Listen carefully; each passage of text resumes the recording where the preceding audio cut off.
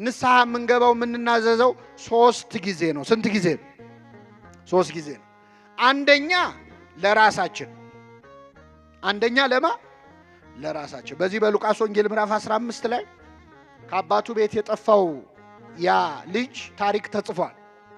ይህ ልጅ አባቱን ንብረት ካወደመ በኋላ ባዶ እጁን ቀርቶ በአሳማ በረት ውስጥ ቁጭ ብሎ ሳለ ይላል ተጸጸተ፣ ወደ ልቡ ተመለሰ፣ ንስሐ ተሰማው። ይህን ጊዜ በአባቴ ቤት እንጀራ የሚተርፋቸው አገልጋዮች ስንት ናቸው? እኔ ግን እዚህ በኃጢአት በረሃብ እሰቃያለሁ። ስለዚህ አሁኑኑ ተነስቼ ወደ አባቴ እሄዳለሁ፣ እንዲህ ብዬ ነግረዋለሁ። አባቴ ሆይ በሰማይና በፊት በደልኩ፣ ከእንግዲህ ወዲህ ልጅህ ተብዬ ልጠራ አይገባኝም፣ ከአገልጋዮችህ አንዱ አድርገኝ እለዋለሁ አለ ይላል። ይህንን የተናዘዘው ለማን ነው? ለራሱ።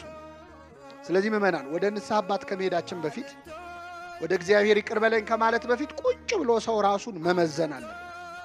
ምን ሳረግ ነው ያልኩት? እስቲ ዛሬ እዚህ ቤተክርስቲያን ከመምጣታችን በፊት የት ነው ያልነው?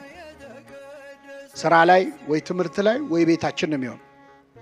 ምን ስናደርግ ነው ያልነው? ማታ ማታ ነጋዴው ዛሬ ስንት አተረፍኩ፣ ዛሬ ስንት ከሰርኩ ብሎ ቁጭ ብሎ ሂሳብ ያሰለ የለ?